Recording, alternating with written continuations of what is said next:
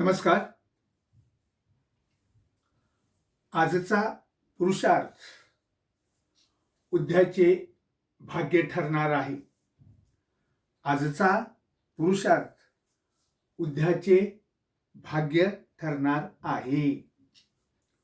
जो कुणाच्याही बंधनात राहत नाही, जो कुणाच्याही बंधनात राहत नाही आणि कुणालाही बंधनात ठेवत नाही, तोच खरा महापुरुष. तोच खरा महापुरुष.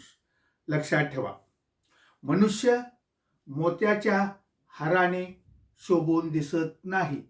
मनुष्य मोत्याच्या हाराने शोभून दिसत नाही, तर घामाच्या धाराने मनुष्य शोभून दिसतो.